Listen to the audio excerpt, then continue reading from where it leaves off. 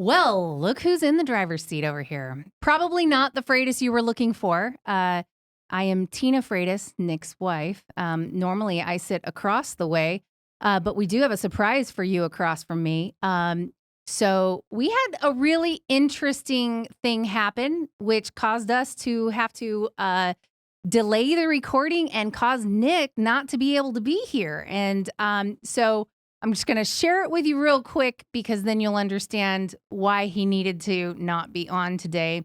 We have, he got a phone call from a scammer and they said that they were from the Culpeper County Sheriff's Office and that he has a summons and there's a failure to appear and contempt of court because he didn't show up for grand jury summons. And it was really interesting because when they first answered when they, left the message, it was just, this is the sheriff's office. And so we were a little skeptical at the very beginning, like, wait a minute, they really botched up his name. And our sheriff's office around here really knows Nick, like really well. So to have a deputy really botch up his name, that was kind of a red flag. And then they are like, call us back at this number. So Nick calls back at the number. And I recorded on my phone so that because both of us were super skeptical at that point. And they didn't say which sheriff's office. So Nick had to ask, what sheriff office is this? And they said, oh, it's Culpeper County. Anyway, long story short, they said, you need to go to the sheriff's office right now and go, verify this and bring these documents and blah, blah, blah. Can you get there right now? And Nick had to explain that he's on the road. He can't get there. So that made me and Nick both think somebody wants you not to be at your house, or the house they think is yours. What's really interesting is they had the old address, but we still own that house and our daughter's over there. So we were a little concerned that somebody might show up to the house where our daughter is and pose a threat. And so Nick got in the vehicle and headed over there and is not here in the studio with us today because he needed to go over and make sure that our daughter was okay. Funny thing is, the second time he called these people, they said, oh, no, this is, they answered Prince William County Sheriff. Anyway, long story short, our sheriff's office knows about the scam. It's all fine and dandy. We're just worried about somebody showing up and posing a threat to our daughter. So, and today you get a different crew, a slightly different crew, a different Nick. So I'm Tina Freitas, your host today, and with us in the studio, since only one Nick can fit around this table at a time, is Nick Hamilton, the good Hamilton, the one that doesn't like central banking. How you doing, Hamilton? Everybody's been worried about you. Well, I saw a few of the comments in the live stream chat before we started. I was about to head back to North Carolina because we're going to Greenville, South Carolina this weekend for a homeschooling convention. I was like, well, I'll just stay on. We can hopefully keep it at an hour so I can make that 6-hour drive back. But it's been a crazy week. We've been in Charlotte, Philadelphia, DC, interviews for DOGE Watch. We've been having a great time, talked to a lot of really neat people. We've got an episode coming out this Saturday, our first edition of DOGE Talks, and it might be with a senator that we all know and love very well. So keep an eye on Nick's channel this Saturday for that episode to drop, and that'll be really interesting. Yeah, DOGE Watch is doing great. It is. I love doing very well. It's really good. And then also with us in the studio is the 10,000-pound brain, Christian Hines. He's the Oracle of Virginia. What else does Nick say about you? I don't know. It's everything. He says everything. Okay, political prognosticator. Oh, yeah. I forgot about that one. Virginia's Oracle of Virginia, political prognosticator, Christian Hines. How you doing, Christian? It's doing well. It's so funny that Hamilton is here and Tina's sitting across from me in Nick's seat. I'm in Nick's seat. And it's just going to be the three of us today, and we're going to get through this. It's, I think this will be a good podcast because I built the outline, so I know that it'll be a good podcast. Yeah. I told Hamilton right before we started filming that don't worry, we'll get you out of here in less than 2 hours. No, it's got to be an hour, no longer. Well, you know what's funny is going back to your story. I think they might have been trying to call me because I got summoned for jury duty recently. There's a good chance I might actually have to show up for the jury selection to something at some point. Yeah, Granted, yeah. That's not a scam. You they'll- need to show up to They'll jury they'll duty. take like one look at my Twitter account and then Yeah. rule me out immediately. But With your anime profile. yeah, Just bring up jury nullification and they'll let you go right home. yep, that's how this works. All right, so who wants to kick us off with? Well, real quick before we get into it, you all know good and well that one of our longtime sponsors is Good Ranchers. And I get a box of Good Ranchers every month that I pay for shipped to my door. I actually had one shipped about a week ago before I headed up to Virginia, and I left before it got there, and I had to call a friend, say, hey, can you run and get this for me? Put it in your freezer, because I cannot have this box of Good Ranchers go bad sitting on my front porch. But Good Ranchers is holding a really good deal right now where you can get $40 off every box for a year with your choice of free meat. I think there's bacon, chicken, beef in it. And, it's funny, we did our Doge Talks episodes over the last 2 days, and we were making a joke that who knows how to cut the fat better than Good Ranchers. So go to the link in the description, use promo code Nick, get $40 off your first box and free meat for a full year of your choice, and feed your family well. And for today only, the Nick in the promo code stands for Nicholas Hamilton. Yes, it does. Yeah. We might need another promo code, Hamilton, the good Yeah. Hamilton. Use promo code Hamilton. They've dubbed you Pretty Hamilton. Oh, gosh. Yeah. And the chat really loves the new name 10,000-pound brain. They like that. I like Oracle of Virginia. It makes me sound mysterious and much smarter than I actually am. All right, so today Let's get into it. we're going to talk about a book that was written actually before I was born, to date myself here. It was written in late 1993, early 1994 by a college professor from New York. And a lot of what he talks about in this book, he is kind of predicting the current world of 2025. So with the benefit of hindsight, we're going to look back and see like where he might have had it right. Yeah, and we could talk a little bit about where he got it wrong, but he got things right, I think, a lot more than he got things wrong.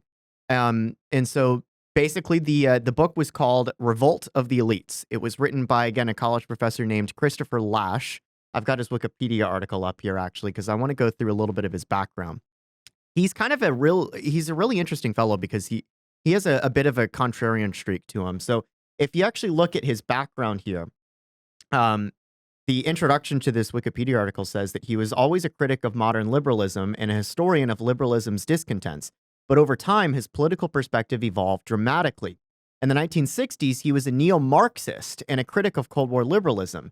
But beginning in the 1970s, he combined certain aspects of cultural conservatism with a left-wing critique of capitalism and drew on Freudian-influenced critical theory. These are all like the buzzwords that we talk about the terrible stuff on the left. And so he used to be, a socialist, a Marxist in the traditional, cultural Marxist critical theory type, college professor from the 60s. But he moved to the right over time because he basically saw that, the left isn't really making any headway politically. Why are they not picking up ground? He was really, an old school leftist in the sense that he cared about the working class and trade unions and kind of middle America. And, as the 70s progressed, he felt like that the left was no longer speaking to those type of people. And so in many respects, he kind of moved to the right. Mm-hmm. That's what's so funny is in the 70s, he felt like the left had basically abandoned these people. And here we are in like 45 years later. Yeah. And look how far we've come. Can you imagine what he would think of the left now? Well, again, like when you read this book, part of the reason that I wanted to do a podcast on this is because if you read Revolt of the Elites, in so many respects, it feels like it was written in 2020, not in 1994. You told me when you started reading the book, you thought it had been written recently. Yeah. I said the same thing. Like I was thinking the same thing because I needed to do the audiobook because I had other things going on and I was listening and I was like, oh yeah, wait a minute. Why is he bringing up Reagan? And then I realized, oh yeah, this is because Reagan old. was recent history to him. Yeah. Yeah. Again, like he passed away about, I think 2 months before I was born. And he wrote this book and, it was the last book he ever wrote. And in so many respects, what he's getting at is that he thinks that American society and democracy are basically under threat, not from the masses. His book is actually a parody of an older book written in the, I think 1920s called Revolt of the Masses. And Revolt of the Masses was written by a Spanish philosopher that was talking about the mass uprisings in like Russia with the communist revolution that had taken place, the rise of fascism in Italy and in Germany. In fact, even before the Nazis, especially in the sense that like Mussolini had taken over Italy in the early 1920s. He was talking about the same situation in Spain, where there were revolts against the monarchical rule that eventually established the Second Spanish Republic. And so the book Revolt of the Masses was talking about how the people in a mass sense, were basically destabilizing the political order, and they were ushering in these, really awful regimes, right? They were ushering in these Marxist or fascist regimes. And so he's writing this book in the 1990s, and he calls it Revolt of the Elites. And what he's saying is it's not the mass man of, like Soviet Russia that's really destabilizing the system, or, these mass movements in Italy that are ushering in, fascist regimes like Mussolini. No, instead, it's society's elites. It's the managerial class. It's the professional classes that are kind of destabilizing the system. They've lost touch with reality. They've lost any sort of allegiance to the country that they're running. And they don't care about the country anymore. They've lost any sort of touch to nationalism. They're totally disconnected from reality. They have no conception of what is going on with middle America. And that's the danger. He was saying this in the 90s. Yeah. In the 90s.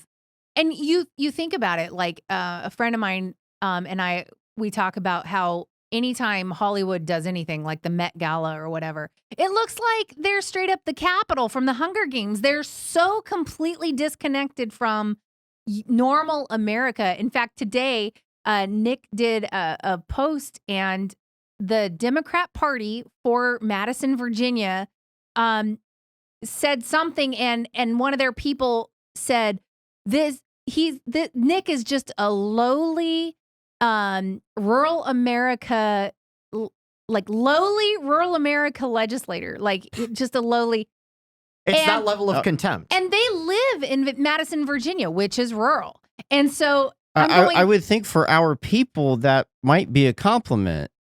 It is, but they did not, because they didn't mean it that part way. of the cult and everything. Okay. Yeah. And so, but that is it. They view rural America, and even if they live in rural America, even when they live there, they view it as lowly and cult-like. They're the type of people that Lasch would have called the rootless cosmopolitans that make up the managerial class. Yeah. Where, they basically their lifestyles, the work that they've gone into, the type of spheres that they occupy they're completely disconnected from the older elites that existed, say, 100 years ago, like during the Gilded Age. And so, like, early on in his book, he's talking about how, look, there's always been elites in society, in the sense that, like, you remember probably from school learning about like Andrew Carnegie and Cornelius Vanderbilt and like, the robber barons of The the Rockefellers. the Rockefellers, John Jacob Astor, who was like one of the richest men in the world, who died on the Titanic. Like, these were families that, were definitely well off, right? Yeah. 120, 130 years ago. But as Lasch talks about in his book, there was always this idea that, during the late 19th, early 20th century, that even the elites in society weren't disconnected from society. And that being in a privileged position, having immense wealth or political power, carried with it a sense of civic responsibility. And so this is why, like, when you go to these like cities, I'm thinking of like New York City or Philadelphia, which we were at recently, and even as far like west as like Cincinnati, you can find these older buildings where there'll be like public libraries or schools, and they were built by these rich men, right? By the elites in society. It wasn't necessarily. It kind of harkens back to age of the nobilities, where nobility would look after, if they were any good, right? If they were decent, they would look after the people, the people in the village that were connected to them. It was like they were their charge. They needed to make sure things were okay for the people surrounding them. It was like a patronage. They were network. purposefully integrated. Yes, and if you actually look for proof of this, a brief example is when the French Revolution kicked off, there was a revolt in the Vendée region in France against the revolutionary government.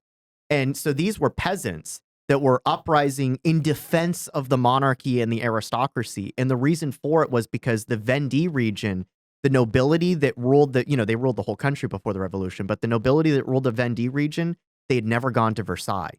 They had stayed in the Vendée, living amongst the very peasants that they were the lords of. Mm-hmm. And so the Vendée region were like, no, you're taking this system away from us. We actually like the lifestyle that we have. Yeah. We don't view the current system as oppressive. We view it as kind of the natural ordering of things. And you're dismantling our way of life.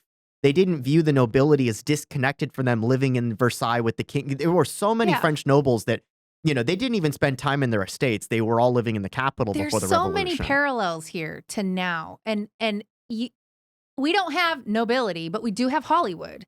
And we don't have, these the same type of elites that they had back then. Yeah. But what's interesting to me is it's kind of like a similar story, different era. I mean, when you look at like even Hollywood or what, a lot of people feel like, man, they're so out of touch. They don't even know what regular people are going through or think about or anything like that. But they're going to like tell us what to do. And it's really interesting because we're really seeing, I almost wonder, like, are we at the revolution stage where the elites have just become, just they've gone off and they're doing their sort of opulent lifestyle and doing everything that just kind of whatever feels good, do it kind of thing, and all they're caring about is their own stuff, and the common people, the regular people, are all looking at that going, this guy's a jerk. And so now all these people hate Hollywood, they hate politicians, and it's so similar to how much they hated the nobility back in the day before they overthrew them. Well, to that point, though, it seems like to me in 2025, the Hollywood elite are far less relevant than they were even 5 years ago or 2 years ago. But now some of the richest men in the world, Elon, Mark Zuckerberg, Jeff Bezos, have publicly stated things like Jeff Bezos in the Washington Post saying that the Washington Post will write about or in support of free markets. 3 of the richest men in the world have made maybe a posture to the other direction from where they were headed. So what do you think about that in this context? In some ways, I think that that's a sign of a pushback against the revolt of the elites. And so, like, in a way, the revolution has already happened in the sense that this process that Lasch is talking about in the 90s is completed itself. It can't go any further. We're back to what he was parodying. Is the revolt of the masses. Now we're back on the cycle. That's what Trump is. We're on the opposite side of the cycle now after the elites have already revolted and already done these things and are still currently at the tail end of doing so, but they're losing their grip. And now the masses are speaking again. Yeah, I mean, you could argue that that's what Trump is, but to set the stage of, okay, so what exactly is this process that has really kind of taken like 30-something years to fully play out? I want you guys to think about, from both of your perspectives, actually. I'm kind of curious what you think about this. What would you say the left's coalition looked like 100 years ago? Or even like 80 years ago? Like, how would you define like the FDR coalition, right? Or, the rise of like the Marxist movements or the, socialist trade union type movements in like the late early 1900s? Like, when you think of somebody that was that we today would say was on the left in like 1920 or 1900. Right. What is the type of demographic profile that you would typically Union think workers, of? I would say. Yeah. Factory workers. Yeah. Yeah. Because like that was the rise of the unions during that time. I mean, that's like the Industrial Revolution, right? Mm-hmm. This is straight out of Marx, his idea that industrialization and capitalism would fuel a, class consciousness within the proletariat, the ones that are working in the factories and the mines and the mills and everything. And then they would come together and they would overthrow the system and establish a communist state, right?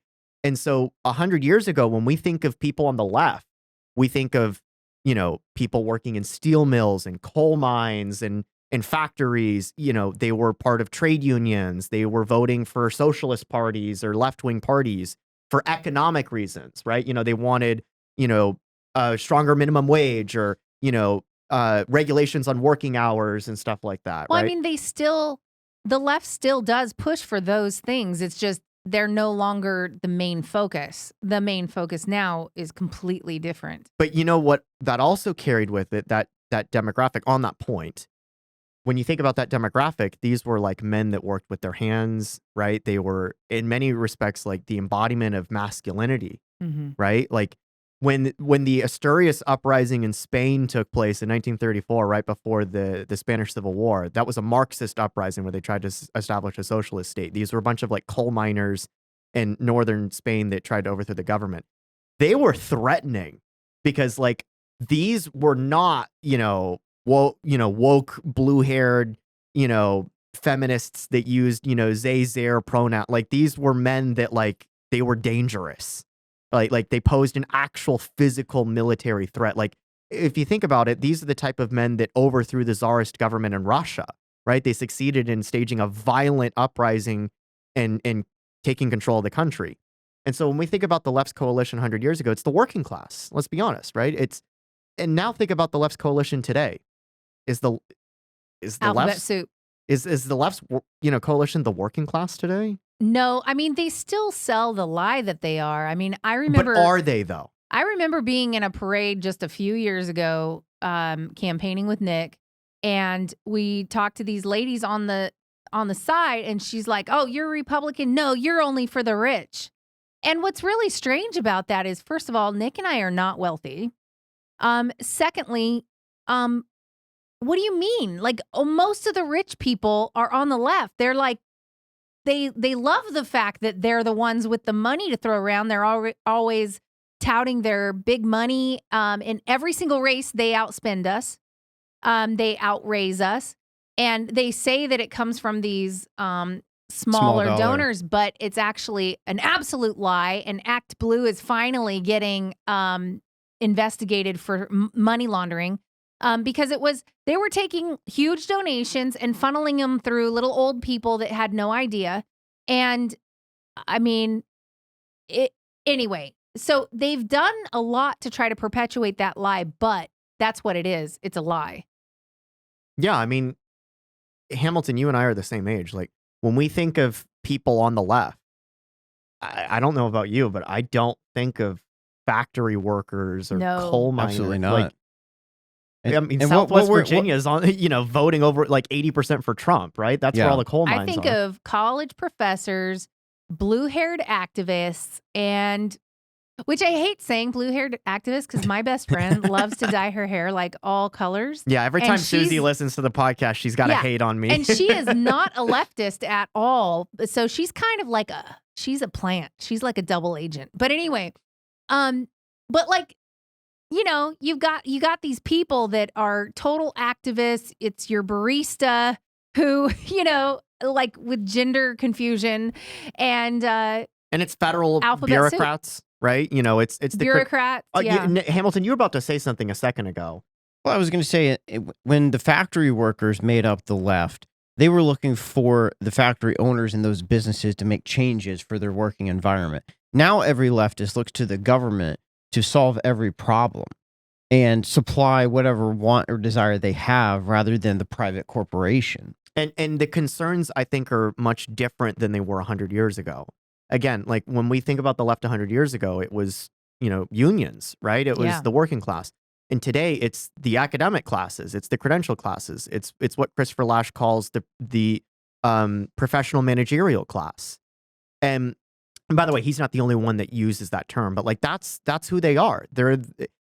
It's a bit funny because I'm sitting here with a laptop in front of me and I'm in a in fact, actually probably a 2 air conditioned studio. I'm the only one that's freezing here. Cold. Yeah, it gets hot up here. Yeah, it's a funny story between the two of us. Hamilton and I will always argue about the temperature in this room, but like in some ways I'm maybe a bit hypocritical for pointing this out, but it is true, right? That the left's coalition are in many respects kind of people like me demographically, in the sense that like I have an advanced degree, like that means anything. It's okay, but, Christian. You can own it. Yeah. What I'm trying to say is 10,000 pound brain, man. It's not what it used to mean. It's not what it used to mean. But like their coalition are, highly educated, quote unquote, right? They have all the credentials, they have all the degrees, they're the laptop classes that worked in their air conditioned office buildings. They're not really working with their hands. And they're working in, universities and the bureaucracy and NGOs, right? That's who they are. They are the professional managerial class. And that is totally different than 100 years ago. And what Lasch is trying to get at basically is that the current elites in society, it's not just that they've like abandoned the country, they hate the country. Like I took some notes this is actually my second time going through this book because I wanted a second read of it before we did this podcast. And one of the notes that I've got up here is that that when you look at the decline of the old elites of 100 years ago, again, how they were engaged in things like philanthropy. They would build hospitals and schools and libraries and, civic amenities and stuff like that. Well, when you look at the elites of today, they have in what Lasch calls almost a tourist's view of the world. They're not attached at all to any sort of loyalty to country, to family, to tradition, to home, to, religion. They have no attachment to anything. They, in fact, in many respects, they despise the culture that they come from, and they have an oikophobic view of things. Oikophobia is basically a disdain of one's own culture and a love for foreign cultures. And so what they turn into is what Lasch calls rootless cosmopolitans, where because they have no attachment to anything else, they have no loyalty to anything, which means that they're only really looking out for themselves. And so they're running a system that they have no loyalty to. And so what happens over time is that they become contemptful for the people that they're managing the system for. It's kind of funny because Pierre Polyev in Canada? Yes, Polyev was just talking yesterday about his opposition and how, he moved his company that he's invested in to the U.S. as a result of some of these things. And so Polyev is saying, if you think he's going to care about Canada's interests, you're wrong, blah, blah, blah. But like a lot of these people, they'll do whatever financially is going to benefit them. But there is a point where I kind of don't blame somebody who has money with putting their money wherever they're going to make the most money. Sure. I don't feel like somebody needs to keep their business in a specific place out of some kind of deference for everybody else. I think they should do whatever makes money sense to them as long as it's legal. And they're not so, using the government to benefit themselves. Right. And so it's like, well, if the climate in your own country has gotten so bad that you got to move your business, I don't fault you for that. I fault the people who created the bad climate in your country. So, well, see, this is why Lasch is more of a populist than a traditional conservative, not just because he started from a Marxist perspective. He didn't end his life as a Marxist, but he certainly started from a Marxist perspective. And it's funny, actually, if you look at his Wikipedia article, this line here about, again, like they're talking about Marxist, critical theory, like all the bad stuff, right? But then he goes on to say, he eventually diagnosed the ongoing deterioration of what he perceived in American culture and politics. His writings are sometimes denounced by feminists and hailed by conservatives for his apparent defense of traditional conception of family life. What he was getting at, and again, he truly is a populist, like in the very literal sense. He is the type of individual that would have been susceptible to Bernie Sanders' economic platform, but would have been entirely repulsed by the social and cultural aspects of Sanders' two presidential campaigns. well, and that goes back to how far the left has slipped to the left. Because it's like it really pushes, the state as having control and things like that. But at the same time, they try to basically the government's the only one who should do charity or care for people. There is no individual responsibility to do that. That's the government's responsibility. That's the way it appears to me that they look at things. And you can kind of see it starts off with people just wanting to indulge, self-indulgence and everything else, and trying to remove as many restrictions as possible, whether it's religion, whether it's societal norms, whether it's just decorum in any way. And it starts off with that. And then before you know it, they're like, well, and your parents are oppressive too. Cut off your parents. We don't need grandparents. Cut them off. Oh, you don't need kids. Don't have kids, And so it is, I mean, like you talk about how the left is basically a death cult. I think it's absolutely true that all they do is destroy things. All they do is tear things down.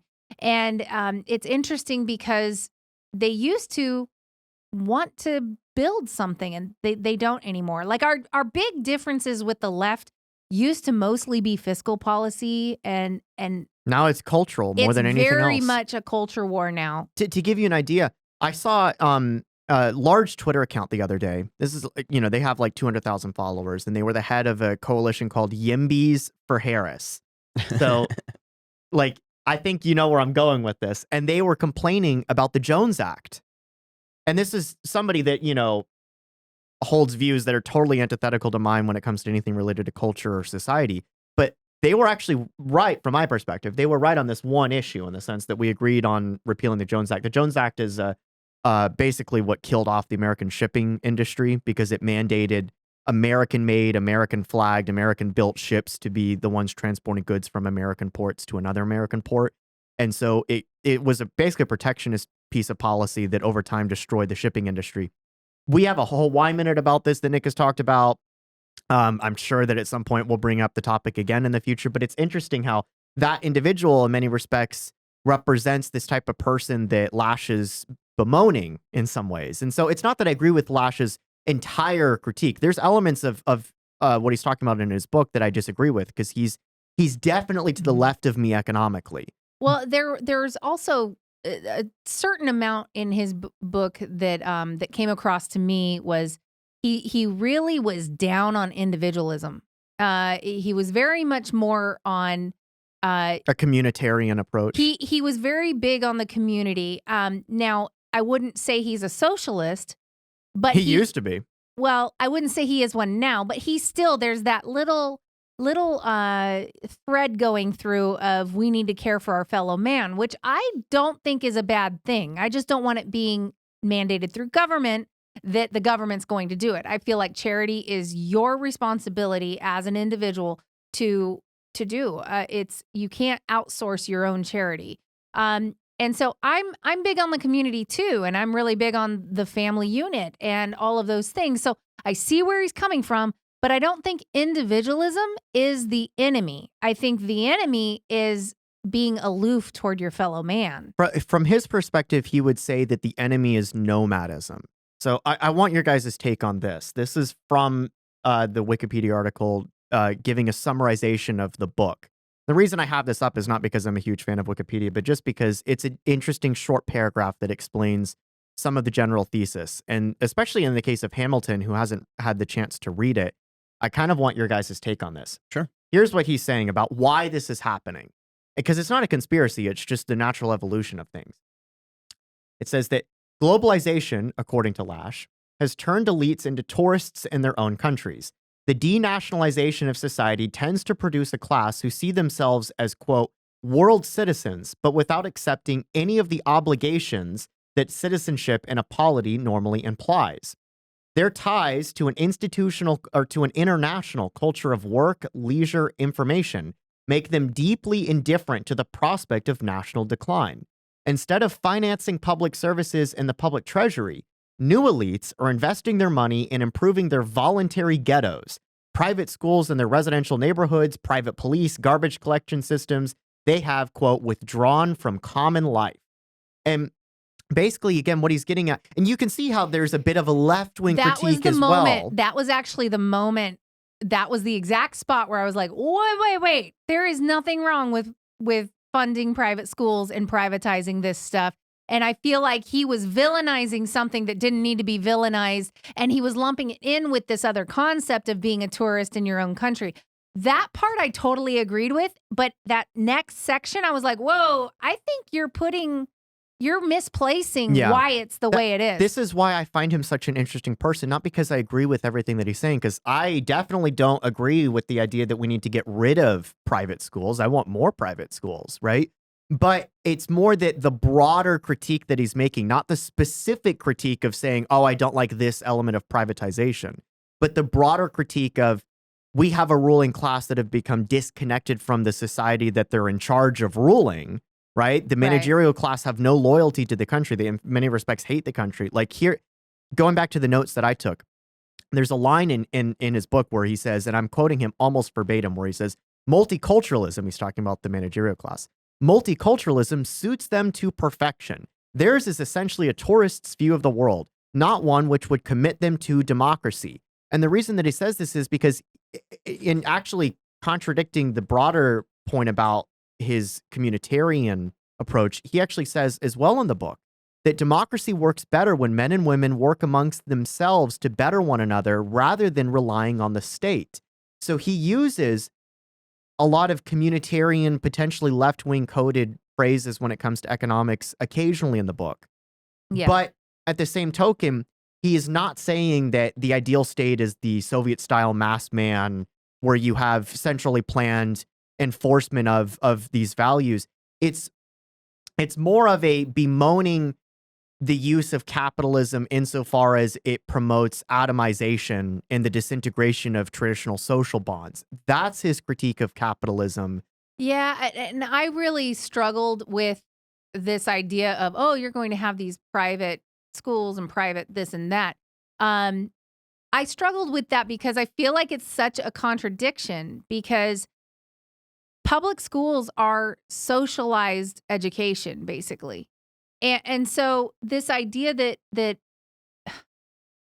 I feel like privatizing these things is actually more of a community thing, and privatizing all of that stuff for your community is actually more connected to your community than outsourcing it to government. So I just felt like that was kind of it just didn't sit quite right. We're not going to agree with everything that he's saying, because again, he is coming from a more left-wing perspective of He was writing economically this in than a different us. era too. He is also writing this in a different era, but here's where things get like really eerie.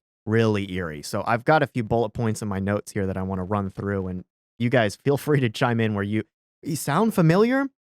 Here's an interesting thing. So again, I talked about globalization and the shift away from a local-centric view to a global-centric view. Are these notes you can stick up on the screen that people can see, or are you trying to hide? They're my own personal outline stuff, Oh. so I want to Wow. say hide How some of the magic. individualistic of Look, you. Look, the magician doesn't share all of his, how he pulls the rabbit out of the hat. But no, I just want your take on this. So when you compare to like the old aristocrats, right, the old elites of 100 years ago who inherited their power or who came from like old money, today's managerial class kind of justifies their status through the credentialing system, right? So this is why they're so protective of things like the universities. They're so protective of media and academia, because these are, the centralization of these things is what basically perpetuates their ability to maintain their status. Is, well, we're the technocrats that know how to run everything. Why? Because I have all the degrees. I have all the credentials that show that I'm the expert. You need to trust the science. Mm-hmm. Does that sound familiar at all to you? Like, it's not that, well, it's let alone the old divine right of kings, right? It's not the old, well, I was born into this position, I was bred for this position. It's, well, I have all the credentials. And I'm not saying, by the way, that It's needs just to be appeal to authority Yeah, fallacy. it's a different appeal to authority, right? And I'm not saying that we need to go back to, well, I was born into this position. Right. That's a whole nother discussion for a whole nother time. But the point being that the current ruling class, the managerial class, justifies their position through their credentials. And so when Fauci is attacked by Rand Paul for his record on handling the pandemic, Fauci is not defending the actions. He's defending his credentials.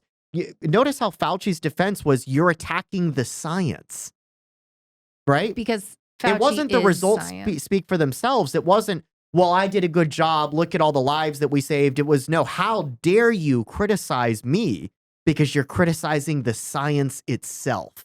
That is a crystal clear example of what Lasch was getting at in his book. And the whole left does that. Anytime you chime in on any page or, social media or whatever, where people are questioning something, you always have the left coming in and being like, well, do you have a degree in X? Do you have a degree in this thing or that thing? Mhm. You know, well, oh, I didn't know you were a doctor, or I didn't know you were a scientist. Are you a rocket scientist? Are you a climate scientist? I mean, all of these things, they're like, what gives you the right? Oh, you don't have a uterus. You can't talk about that. You don't have the correct piece of paper to espouse the view that you're saying, Exactly. basically. And so therefore your argument's invalid and I'm right. Why? Because I have the pieces of paper that show that I'm right. Yeah. And who gives the legitimacy behind the pieces of paper? Other people with pieces of paper. Other people exactly like you. Yeah. Like Yeah. it's a self-licking ice Like cream they've cone, been basically. even having problems with peer-reviewed papers not getting peer-reviewed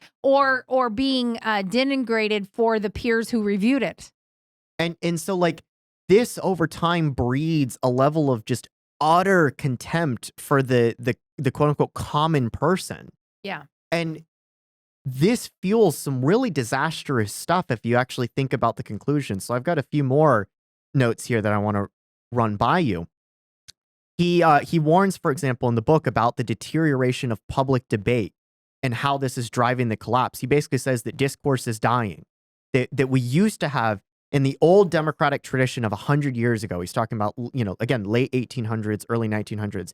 There was this rigorous, especially in the mid 1800s, rigorous public debate that would take place within newspapers. The general public was well read, well educated. The founding fathers talked about this. Like there's a quote from Jefferson where he's warning during his presidency, early 1800s, where he's warning that like the common people in America need to be well educated in basically civics. They need to understand what is happening on a day-to-day basis, because the minute that they stop being educated on these matters, we, all of us, he's talking about, you know, politicians, including himself. It's like I think it's an address to Congress. We, all of us, the politicians, the congressmen, the president, the judges, the courts, will become wolves, basically. But it seems like the left are in tune with what's happening with current events, but that doesn't cut it from what you're saying. Well, no, they're in tune with the mouthpieces that they've hijacked. Right. Well, it's interesting because he didn't live in the era we're in where information free flows so well. But he's predicting that that's exactly what will happen. Well, I read when I was reading up on him, I read that his favorite mode of communication or public public information and mode of discourse is oratory debate. That's his favorite. He thinks there's nothing better. It's like the old Socratic method. So like he wrote this book, but what he prefers is oratory debate, which it's interesting because I feel like we are now in a position where he would be realizing his dream because of podcasting. That's kind of goes back to the oratory debate. And there's just so much in that, you know. Even, well, you guys know when you text with people, it's really hard to get voice inflection. It's hard to know when it's sarcasm or when they're making a joke sometimes.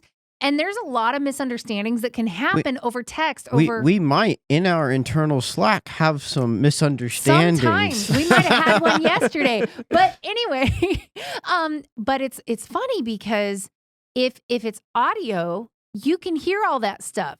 And I'm a big fan of audio messages. Oh my gosh, I am too now. Like all of a sudden, just like a week ago, I have a friend who she just does audio messages, and we have like a 3-person friend group where she'll do audio and then I'm over here typing like with my fat thumbs, and it's like just typos everywhere. It's just terrible. And so then I started doing the whole like, oh, I'm gonna audio text, and it's like, yes, comma, blah, blah, blah, you know, and it's all monotone. Well, anyway, she opened our brains to the world of audio memos. Mm-hmm. And I'm like, this is amazing. I love it so much because I don't have to worry about, you know, typing things in wrong or whatever. And so the next step of that is an app called Marco Polo. Anyway, Christian, you and I were talking about with Nick in the car the other day that no one on the left can do 2-hour long form debate or conversation. Apparently, Gavin Newsom is attempting but we were talking about it in reference to Newsom and Charlie, with Charlie going on Newsom's show. But even then, like Newsom, I didn't see, and I've only watched about 25% of it, didn't see him making long form arguments for the left's policies. Well, one of the reasons for that, I think, is so you can just look at his interview with Charlie Kirk and understand why they can't do that. And it's because they'll get confronted with reality at some point, and they'll have to remember whatever they need to regurgitate in order to answer it. And it's almost always a lie. Okay, so when that when point, we're talking, it is so easy. If you believe in something, it's so easy to talk about it. Yeah. If you don't really believe it and you've got like a disconnect between reality and what you say you believe, you're having to you're remembering a lie. You have to Remembering watch your lies is a lot words. harder. Yeah. Yeah. And so they're bound to tell on themselves at some point. The thing that So- And that's why frustrated they me the can't do it. most about that debate is Newsom did not let his son come to the interview. yeah, that Like- was, and his son like is a that- huge fan of Charlie Kirk. That is peak leftist, prioritizing sending your kid to a government school over meeting someone. no, I You assure think you, his he's not son's going in to a a public government school. school? Oh well, He's not going to a public school. Being in the classroom over being able to experience something like that. Yeah. So on this point, I want you to listen to this for a second. It's Wait. not audio. It's not Oh, okay, audio. okay. You're gonna read It's it. an Okay. excerpt that I took a note of. So he says that Americans, again, this is almost a verbatim take. It's slight changes when I wrote the notes, but he says that Americans are now drowning in information, but surveys report a steady decline in their knowledge of public affairs. The explanation of this paradox is obvious. Having been excluded from debate on the supposed grounds of their incompetence, they have no use for the information inflicted upon them. In the absence of democratic exchange, most people have no incentive to master the knowledge that would make them capable citizens. Knowledge has to rest on indisputable foundations if it's to carry any weight. One faction, associated with the left, takes the position that the collapse of foundationalism makes it possible to see that knowledge is merely another name for power. White Eurocentric males imposing their ideas on everyone else. And having discredited this dominant worldview, the left is now in a position to replace this knowledge with one of their own. Once knowledge is equated with ideology, it's no longer necessary to argue with opponents on intellectual grounds or to enter into their point of view. It's enough to simply dismiss them as racist, sexist, homophobic, in other words, as politically suspect. And then finally, the last point on this is that conservative critics, understandably uneasy with this sweeping dismissal of Western culture, can find no way of defending it, except by appealing to the very premise, the collapse of which invites on the classics. Invites the attack on the classics. That acknowledgement of certain axiomatic principles is the condition of reliable knowledge. Unfortunately, it is impossible at this late date to resurrect the absolutes that once seemed to provide secure foundations upon which to build dependable structures of thought. Does that sound familiar at all Yeah. about the current state of discourse today? So that wasn't written yesterday? No, that wasn't written yesterday. Now, we were hinting just a minute ago that maybe the tide is slowly starting to turn in the sense that there's some elements of the left, Gavin Newsom, that are engaging in long-form discussions like podcasting, where But they're... he But let's can't be honest, do it he's not because trying to seek knowledge. I think what Gavin Newsom is trying to do he's is trying build to up credibility. rehabilitate himself. Yeah, he's trying to rebrand himself He's as, running look, to the I'm middle. Yeah, He's running to I'm the a middle. normal Democrat. Vote for me in 2028. Yeah, but that's one of the reasons they can't do it is because the truth is just not in them. And so when they're confronted with something and it's like, oh, well, yeah, sure. But then everything they've ever done is the opposite of that thing, like his whole trans thing, like he's shifted on this now. And it's just an ever moving target with the left because they can't commit to the truth. It's just the truth is a moving target. And so it's whoever they're talking to, or it's whatever they need it to be at the time in order to bolster whatever argument as Lasch they have. says, their view of truth is it's synonymous with power. And so when somebody like Nick will say, well, there is a such thing as objective morality, there is a such thing as objective truth, their response is to dismiss Nick as a homophobic, racist, Eurocentric, straight white male who has constructed some sort of, hierarchy of power where he's sitting at the top and he gets to dictate what the truth is. But in reality, truth is relative. And so my truth is no more, no less important than your truth. And so therefore I can simply assert what I believe to be true, men equaling women or whatever, right? And then use that assertion in order to obtain political power to push a particular worldview. And then the response from conservatives is, well, this is disastrous. And then again, the left will just simply reply, well, you only think it's disastrous because you're a straight white male. Like, again, you can't have political discourse at that point. It collapses because the left denies the idea that there can be such a thing as knowledge to begin with. Knowledge is just power. And if knowledge is just power, then, well, your claim that there's objective knowledge is simply a veil to defend your implicit power structure that you're benefiting from. Yeah, I mean, and again, he's writing this in the 90s, and he's predicting basically the rise of wokeism 30 years before it happens. I have a feeling he would be pretty shocked. I mean, to see where it is now. Really? Well, here's the next point. Okay. I mean, I think this is gonna blow your mind. This is another almost verbatim point from him, where he says, identity politics has come to serve as a substitute for religion. Diversity, a slogan that looks attractive on the face of it, has come to mean the opposite of what it appears to mean. In practice, diversity turns out to legitimize a new dogmatism in which rival minorities take shelter behind a set of beliefs impervious to rational discussion. The physical segregation of the population has its counterpart in the balkanization of opinion. This is a parody of what true community actually means. All members of a given group are now expected to think alike. Opinion has become a function of racial, ethnic, gender, and sexual identity.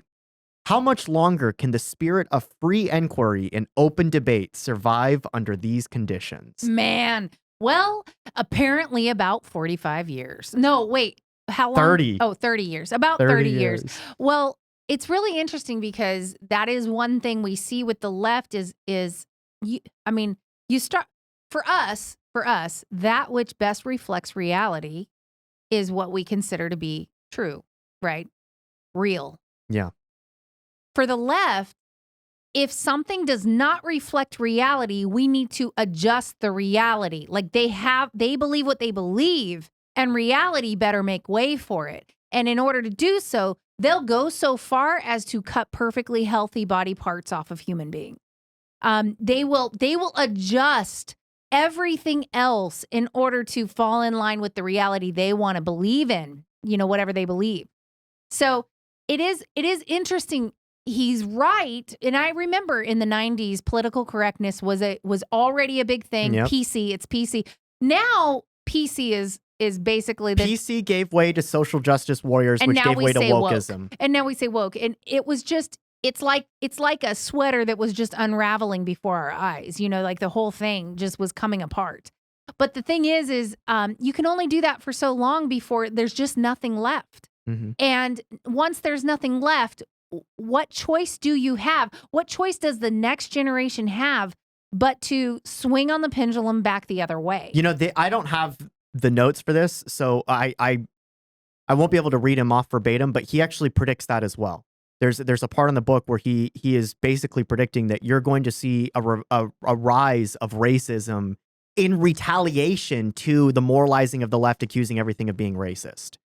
And hold on, because we saw racism before that response. In fact, racism was kind of the last thing we saw before the flip. Hold on, and the reason I say that is because the left embraced racism and sexism with their full entire heart and soul the past few years. As long as it was the right people. Tina, maybe I chose racism as the wrong term. What he's getting at, because again, I don't have the notes for this, it's just from my memory. Yeah. What he's getting at, after he's talking about that passage about diversity and the collapse of public discourse because of the balkanization of opinion, is that you're going to see fragmentations and identity is going to dominate everything, basically. It's going to be the replacement to religion. That's not his overall thesis. That's just one point in the broader book. But what he is basically getting at is that over time, people are going to be herded into identity-based corners, either because they're pushing this on the left or as a defense mechanism against it. And so what's going to happen is that if the left keeps dismissing things like knowledge as being just, Eurocentric, straight white male constructed power structures, then eventually you're going to have some people be like, okay, then I'm going to now identify with my whiteness or with my masculinity or with Christianity. And so what's going to happen is the rise of identitarian movements, and this is what he calls the balkanization of public opinion. Mm-hmm. And this is also what he refers to as a parody of community, right? When you're building the community around immutable characteristics rather than around a particular way of life, or around a shared set of principles. This, in some ways, he's lamenting the death of civic nationalism. And he's saying that what's replacing it is not necessarily like ethno-nationalism, but what's going to replace it is just identitarian. Balkanization is what's going to replace it. It's basically we're going back to becoming tribal. Just you've got your little community, I've got my little community. We all see things the same way. We have some communities that we kind of identify with that we can do things together, and then other communities we cannot. And we're just fractionalized into our little tribes. And it's to me, when I read this, again, this is why I find his work so fascinating, because when I read this, yeah, there's stuff in here that I very strongly disagree with, but then there's other stuff where I'm like, this is very profound, especially knowing that he's writing this 30 years before the present day, because he's predicting the disintegration of society. I've talked about this a couple times on the podcast, that the traditional social structures that make up a working civilization are being dissolved, and the left is the universal solvent that's dissolving it. What we call wokeism, which 10 years ago was SJWs and 20, 30 years ago was PC. This strand of liberalism, progressivism, is dissolving the traditional social bonds that allow for civilization to form. And here he is predicting that this is going to happen 30 years before it happens. And so, yeah, I can, like, the broader thesis is not public or private schools bad. Like that's one super minor thing that I disagree with in the book. The actual broader thesis, the bigger point that he's getting at about the revolt of the elites and how they've lost touch with reality, and the new credentialed academic expert class that's running the federal bureaucracy and has hijacked all the institutions in this country, and they're basically destroying the country, and they're deconstructing the social fabric of the country. That central point that he's getting at, not the minor points, that central point he is absolutely right on. I'm convinced of it, having read this book twice, that the broader critique that he's getting at, he is predicting this happening kind of at the beginning of the avalanche, right? He's at the top of the slope. The slope's already kind of started, but he's at the top of the slope, and here we are at the bottom of the valley. We're reflecting back on it after the avalanche, and now we're actually in a rebuilding, I believe, a tearing down and rebuilding phase. Potentially. What's interesting too is another thing I was reading about him is this is not the only book that he wrote that sort of predicted what would happen. He wrote another one called The Culture of Narcissism back in the late 70s. And they said like he was hailed as basically almost prophetic because it was so accurate. And so I think his ability to understand the way people were thinking and the direction things are going was pretty outrageous. And I'm just like, with some of the things that he said, I'm just shocked that he didn't say them yesterday. So here's another one. He's saying the mass man, remember when I was bringing up the mass man of the Soviet Union? The mass man of a century ago, the whole revolt of the masses, that drove the revolt of the masses was what he called the spoiled child of human history. And then he continues and he says, these are now more characteristic of the upper levels of society. When confronted with resistance to progressive initiatives, these people, he's referring to the managerial class, betray the venomous hatred that lies not far beneath the smiling face of upper middle class benevolence. They prefer to use accusations of fascism, despite the fact that this does not represent the wave of the future. Their view of the past is just as distorted as their things. Their view of the past is just as distorted as things to come.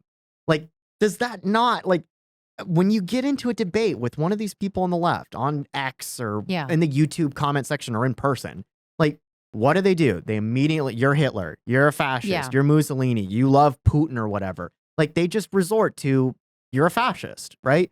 And the second that they find out that you're not in favor of transing the kids, or that you don't think we should redefine marriage, right? Or that you don't think we need to deconstruct all the traditional cultural social bonds that held society together for thousands of years, they immediately pivot from, I'm open-minded and tolerant and accepting, and look at how friendly and To you're and kind literally I am. Hitler. I'm a humanitarian. To they hate you. You're They- literally they Hitler. have- You're scum. You're a cult member. Like they have Yeah. just utter contempt for you. Like and like my experience, firsthand experience interacting with progressives, with but the fewest of exceptions, is that they're all smiles, they're all friendly. They talk about how altruistic and humanity oriented they are, until they find out that you voted for Donald Trump. Yeah. Yeah. And then they treat you like you're Like a brown scum. shirt marching in Berlin in the 1930s, ushering Hitler into power. Yeah. Even though that's actually them. Like I look at it, I'm just like, we live in very different realities. We do not live at all in the same world. I mean, the way they see things is so skewed, and I don't even know how they see things the way they do. They've just believed the lie. They drank the Kool-Aid. And so like you see how he's getting at this uniquely populist take on society. Middle America is being attacked by an elite class, that are running the country. And I mean, this is why he called the book The Revolt of the Elites, because he basically is like, look, these people are not the old left, the left that he used to be a part of when he was like in his 20s and 30s. Mm-hmm. These people are disconnected and they hate Middle America. They view Middle America as a bunch of racist. I mean, he also says this in the books, that these people view Middle America as racist, sexist, homophobic, transphobic bigots who just have an outdated view of things, and they haven't gotten with the program, and they're holding back the endless march of progress. And the sooner that these people are chucked into the dustbin of history, the better off, humanity will be as it marches forwards towards a transnational progressive future where there are no borders, there are no cultures. We're just in a multicultural globalist society where you're an atomized individual. His critique is a bit of an anti-capitalist critique, but that's, I think, secondary to the broader critique, which is a cultural critique. Because I think I think that one who's coming from a conservative or libertarian perspective, or in my case, a reactionary perspective, can look at Lasch's critiques of the broader system and appreciate them, even if they don't agree with his critique of capitalism. Because I don't think that you need to be an anti-capitalist. I'm certainly not. I don't think that you need to be an anti-capitalist to appreciate his take on where things were going and what has happened. Because if you're on the right of any flavor, you have lived through, and I know you have, Tina, because you've run for office. Yeah. And I know Hamilton has, because he's my age, and we just have to deal with this stuff all the time. Because let's be honest, there's a disproportionate number of women in our age group that have this type of oikophobic mindset where they just hate America, they hate our culture, they hate our traditions and history. They're mentally ill.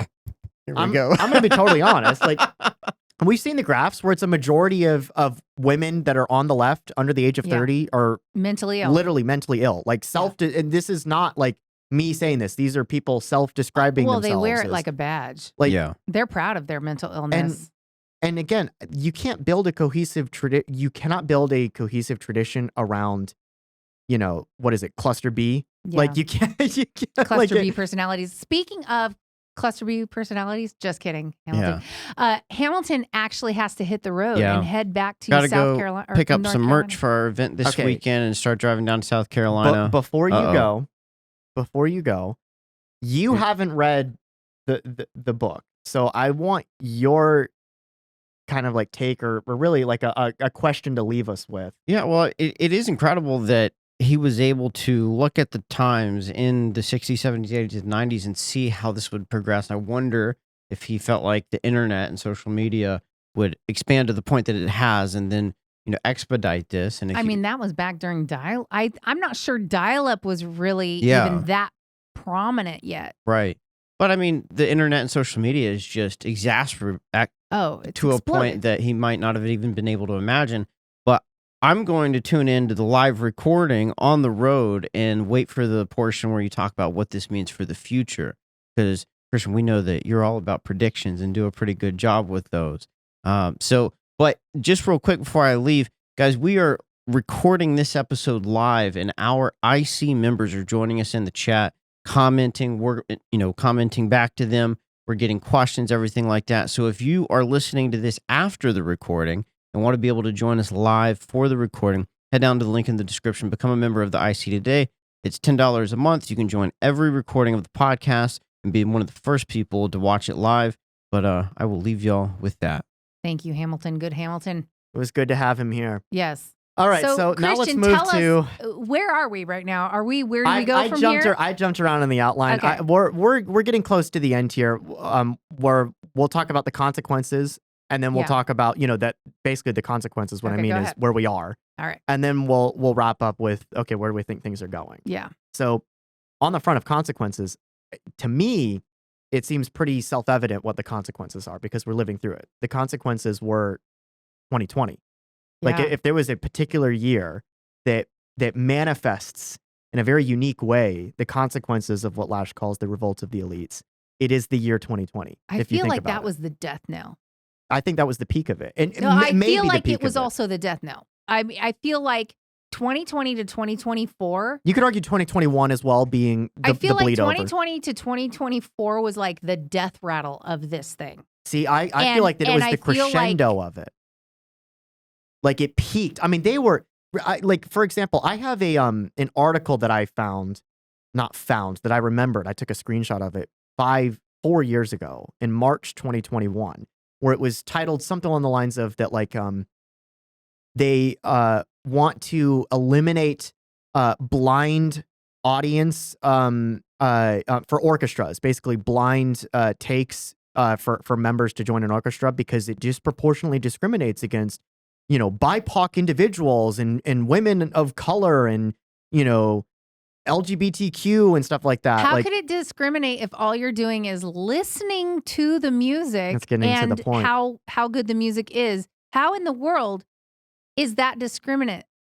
I mean, but that's to my point, right? Like, Right. I feel like in 2020, 2021, arguably 2022, that was the peak of the Great Awakening. But that that's really basically was. them saying that if we're just going to listen to something that's if it needs to be absolutely perfect, then that rules out a certain group of people. That it basically is saying that there are groups of people who kind of suck, and we need to consider what group they're from so that we can not worry so much about So you know what's the funny? quality. Like, we can let the quality down a little bit for certain people. To me, that's so racist. So you just got to another one of my notes that I took Okay, from this go. book. Let's hear it. He says, a respect for cultural diversity forbids us to impose the standards of privileged groups on oppressive victim or on victims of oppression. This is so clearly a recipe for universal incompetence, or at least for a disastrous split between the competent classes and the incompetent, that it is rapidly losing whatever credibility it may have had when our society offered a more generous margin for incompetence. The crisis of competence suggests the need for a revisionist interpretation of American history, one that stresses the degree to which liberal democracy has lived off the borrowed capital of moral and religious traditions, antedating the rise of liberalism. Oh my gosh.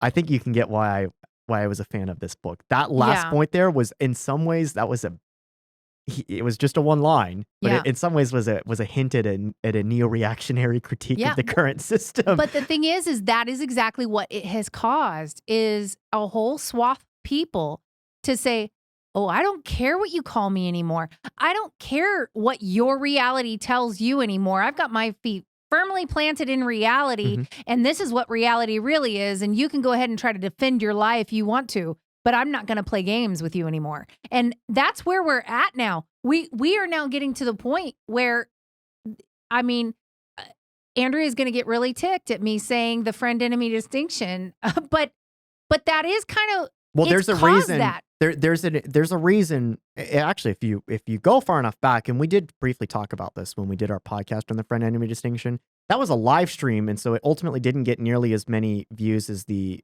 pre-recorded ones. Yeah, maybe we need to do it again.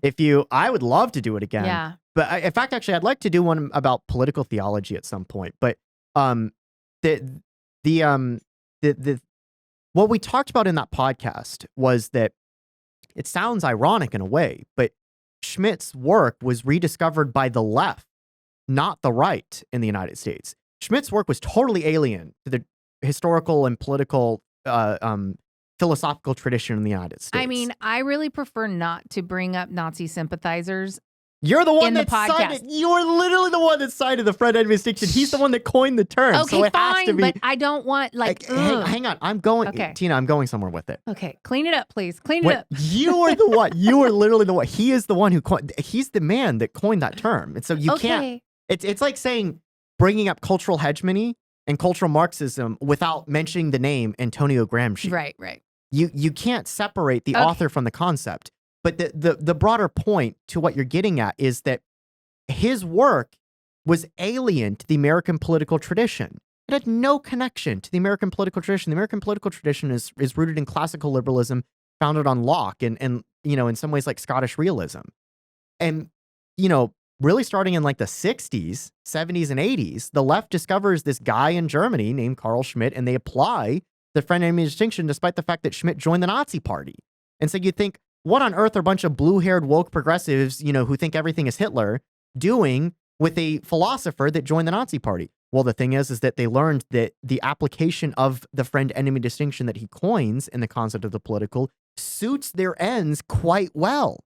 And so they ruthlessly, and I mean ruthlessly, wielded the friend enemy distinction in a way where if you disagreed, you are a bad person, not somebody who just has a disagreement or who thinks that the policies that they're pushing leads to a bad outcome. This is why for generations, the right thought that the left was misguided, very misguided, and the left thought the right was evil.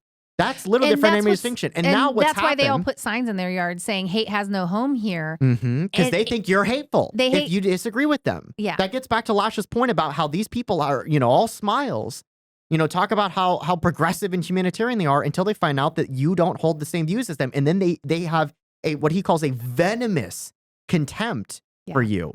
And so what's happened is, what's happening is not really the revolt of the masses part 2. What's happening is the revolt against the elites. Yeah. That's what Trump represents, because what has really happened is that the right, not the entire right, but elements of the right, people like me, have also rediscovered Schmitt. Not in the sense that, we think that he made the right decision. He obviously did not make the right decision. But he might have named something correctly. But he named some. This is like saying, Antonio, see, this is why, no, we have to talk about these things rather than avoid them because they're necessary. We have to talk about cultural hegemony, not because we want to be Marxists. I don't want. Antonio Gramsci was an evil man who believed in an evil ideology and wanted evil ends. But guess what? We have to take his philosophy seriously if we want to understand what has happened in the hijacking of our culture, because he was right about cultural hegemony. He was right about cultural Marxism. Well, I mean, pointing out a strategy or pointing out something that's happening doesn't necessarily mean,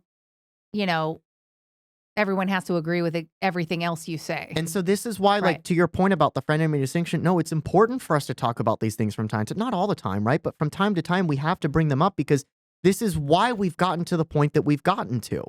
And I'm not saying that Lasch understood this. I don't know if Lasch ever actually read the concept of the political, but I certainly get that he understands that the left is applying more or less a friend enemy distinction against everybody else in the country. And he's saying effectively in this book that this is having disastrous consequences for American democracy. This is why, actually, if you look at the full title of the book, the title of the book is The Revolt of the Elites and the Betrayal of Democracy.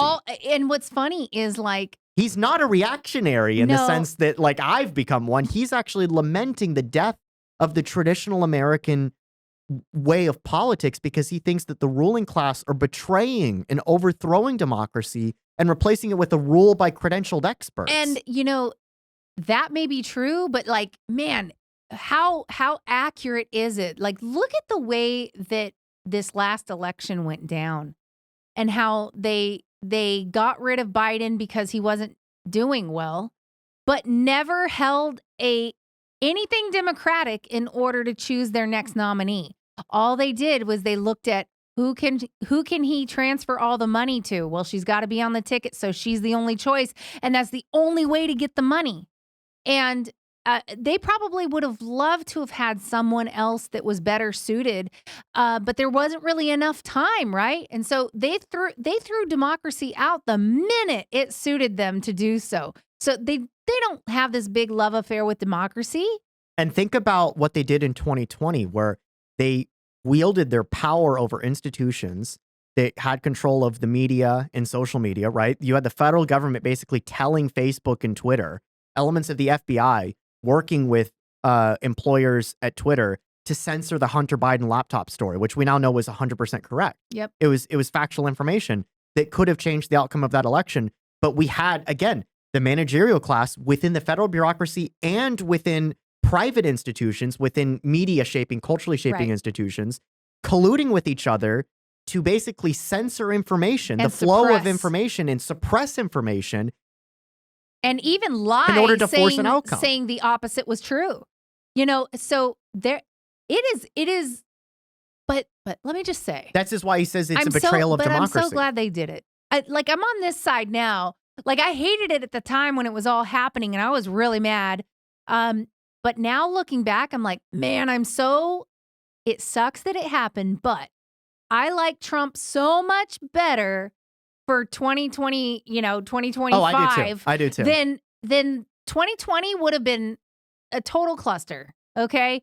And it would have been more of the same because he hadn't fully fleshed out who was a friend or foe yet. And I feel like he spent that 4 years preparing for this round. Yeah. And it shows. It does. It shows. So on that front, I like the way things look right now. so on the question of we kind of know where we are. Yeah. Right. We were talking earlier, like the Great Awakening, 2020, 2021, we've kind of reached the end of that cycle that Lasch is warning about. Like we kind of hit rock bottom in 2020, right?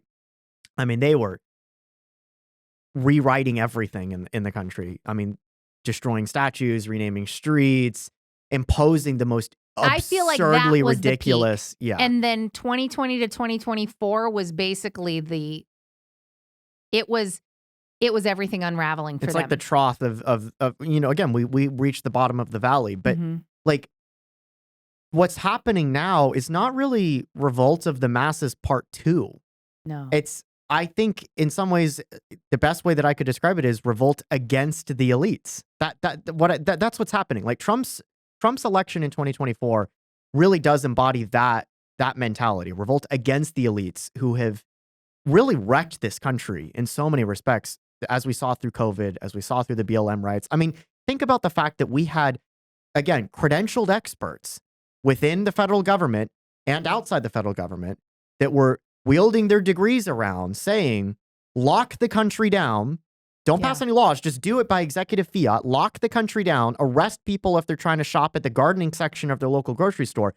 But if you want to go to downtown and set cars and buildings on fire, we're going to sign letters saying, no, this is important. Yeah. This is, the real pandemic is racism. Yeah. We're going to make sure that you've got a pallet full of bricks on the road. You're not ready allowed. For you. You are not allowed to go to church. You're not allowed to go to the beach. There were people that were arrested for trying to go to the beach in California. You can't take your kids to the park? Yep. You can't take your kids to the park. You can't shop for grocery. You can't go to the gardening section in your grocery store if you were in the state of Michigan. I remember Gretchen Whitmer, the governor there, roped off with police tape parts of the store. But if you want to go to downtown Detroit and set that on fire, we're actually going to sign letters saying we totally endorse this action to dismantle, systemic racism and oppressive power structures and patriarchal, white supremacist, Eurocentric male hierarchy or patriarchy, whatever. Like, it's just insanity. And so what's happened is, there's been a backlash against that. But I kind of feel like that needed to happen. Like, it sucked when we were going through it. But I feel like there was a big mask off moment, not to be, no pun intended, but a big mask off moment during that time. Yeah, because we realized that we have elites in this country that are waging war on us. You would have turned in Anne Frank. That's what you guys are. So going back to the that's an interesting, unique analogy there. I know what it is not necessarily. They would have the analogy doesn't work because the way that the left operates is they would ask, whose side are you on? And then that determines whether or not they hand you over to the authorities. Because Well, again, it goes back to their They're the application ones of the that friend enemy created distinction. phone lines to call and report on your neighbors and to say, oh, you've got too many people in your house. Yeah, but again, notice how they're not going to call on Democrats because let's be honest, Democrats violate. No, Newsom was out went to the having French a whole Laundry. thing. Yeah. Like that's With- my with whole 50 point. people. That's my whole point. Like it's not that they have a standard that they're imposing. It's that they have a moralistic view of things where they reinforce their basically right to rule, but they flout the rules when it suits them. Yeah. They immediately turn like again, these are people that will say January 6th was an act of terrorism. It was worse than 9/11. This was an attack It was on an our democracy. insurrection. And then they will turn around and say, I wish the shooter hadn't missed in Pennsylvania. Yeah. Same people. Yeah. Same people that will say those two things separated by what, 4 years apart between those two things. Yep. There's no consistency. Actually, there is consistency. The consistency is what suits the left's pursuit of power. And so I think that what has happened over the last 4 years, really over the last decade, but it's accelerated over the last 4 years. I remember it being is crazy that- under Obama, too. It's just that What has happened recently is that the right has woken up and they've realized what has happened. Some of them have read the philosophy, right? They might have read, Concept of the Political, but others have just, intuitively, they understand you are applying a friend-enemy distinction. Even if you don't know the philosophy and you don't know the guy who coined it, that's all fine. You are my enemy. You have declared me to be your enemy, and you are trying to crush me. And so I think that huge swaths of middle America have woken up and realized that we have a ruling class in this country who hates them, who despises them, who hold them in utter contempt, who view them as scum of the earth.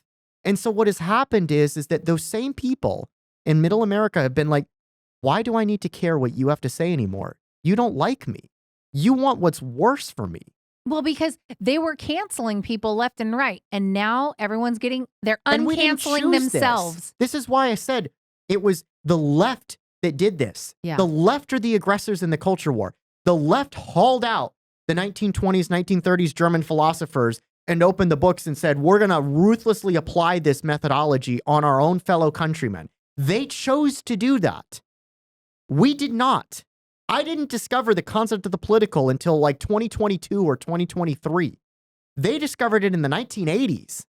And they've And been they've been implementing doing it for 30 or 40 years now. And it's just until like very all their recently Saul that we Alinsky stuff and Yes. everything else. Yeah. They have been doing this for a full generation, going back to the 90s at the very least. I would That's argue going because back before the 90s. Academia has been, that's been their factory. That's been their breeding ground for their activists. And as Lasch says, because this is ultimately a conversation about him, not about Antonio Gramsci or Schmidt. What Lasch is getting at is that this is going to have disastrous consequences for the American way of life and the American political system. We're going to balkanize, basically. The democratic process that has worked for hundreds of years in this country because we had a cohesive culture, we had a cohesive set of moral foundations, philosophical foundations, what he calls foundationalism. Yeah. Everybody believed in the same, basically, set of axiomatic principles. But now we don't. And now we don't. And now we don't. Well, so can you go into where we go from here? So, I mean, what's happening, like I said, the way that I would coin it is if I was to write a book basically saying, drawing from Lasch's perspective here and predicting what's happening going forward, I would say that we have reached the end point of the revolt of the elites. They have already revolted. Like there's nothing left for them to revolt against, right? No stone has been left unturned. Yeah. And so what's happening now is the American public, middle America, what Trump calls the forgotten man and, woman of the Rust Belt and, the Great Plains in the South and, the provincial people that the managerial class just holds in utter contempt. They've kind of woken up and realized that these people hate them and they're revolting against the elites. And so what I think we're heading into is a revolt against the elites. Now, the question is, what is that revolt going to look like and to what ends? Because the disastrous consequences is how you get you know, 1920s, 1930s European style revolt where you get the emergence of socialist, fascist, communist, Marxist, Nazi type movements. I don't think we're going to go into that direction, though, for the same reasons that Lasch believes that we're not heading into those directions. I think it might be less. So I would say, like, you know how these various revolutions, they kind of morph into something else, and it maybe is a different aspect than it was the previous time, but it's also a revolution. I feel like this revolution is academic, and where we get our information from and where we get our entertainment from, because the elites so far have been the academics and the entertainers. At least in our limited experience so far, last few decades. But we are seeing that crumble, not just because of their political ideology, not just because we've risen up and we've said enough's enough. It's also because technology has betrayed them. And we have now this situation where, I can get on here and talk to thousands of people, and I'm just me. I'm just Tina. Yeah. I am nobody special. And I am not some news anchor every night on CNN. You're not doing Walter whatever. Cronkite? No. And so, but I can talk to thousands and tens of thousands of people, sometimes hundreds of thousands of people. And I can share what I know with them or what I believe with them in a way that was not even a concept in the past. Yeah. You had to get published. You had to be part of the elite journalists in order to get this out. Legacy media and all of that. Hollywood's dying because we can be entertained by 15 to 1 minute or 15 to 60 second videos scrolling on our phone. We've got YouTube that's creating all kinds of entertainment and things to a decentralized any ecosystem interest. for information and exactly and media. And so I agree. What's so happening? Technology has paved the way to cause all of their systems to crumble, including education. You can find any information you want to find. It's at the tips of your fingertips. You do not have to go and spend hundreds of thousands of dollars in a college degree to get educated. This is why I don't think that, because again, Lasch gets to this point in the book where I remember when I brought up that, like, you disagree with them and immediately they accuse you of fascism as if that's, like, again, the note that I have is that,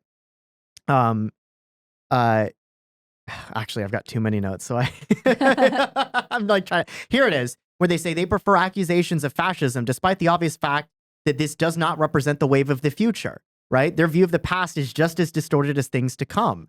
Like, I think he's correct on this point. So, like, when the left goes out there and they say Trump is Hitler, right? We're going back to 1933 or whatever. It's always 1933 or 1939 with these people. They have no other conception of history outside of, Mustache Man. They're just wrong. Yeah. And they're totally right. And I think part of the reason that they're doing this is because they're getting their philosophy from the 1930s. They're getting the philosophy from, and when I say philosophy, I mean like how they're ruthlessly applying things from Schmidt and Gramsci, who are writing in the 30s or 20s, depending on which book you're pulling from.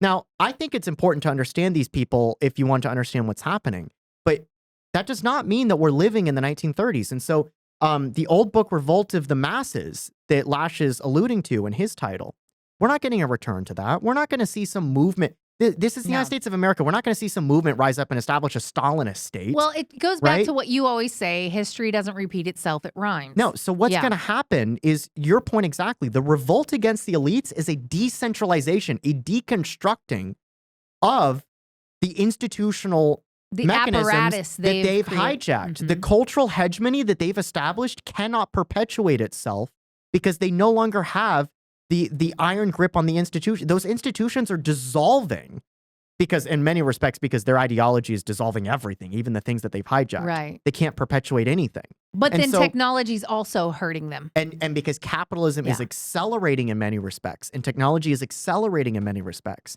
rather than declining, the Marxist critique is fundamentally wrong in the sense that you're going to have some sort of, the old Marxist critique of Karl Marx is fundamentally wrong. No, capitalism is going to keep accelerating. Technological progress likely, unless you get some sort of like, world war or something like that, that's going to keep accelerating.